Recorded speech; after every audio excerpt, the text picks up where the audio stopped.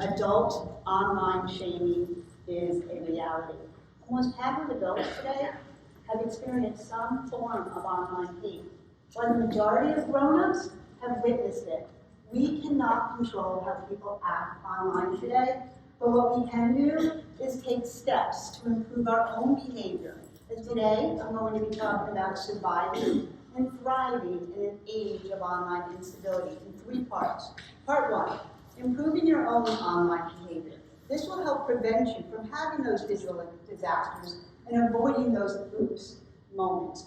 Part 2, developing digital resilience. This helps you handle hateful content. And part 3, rebounding and recovering from online shame.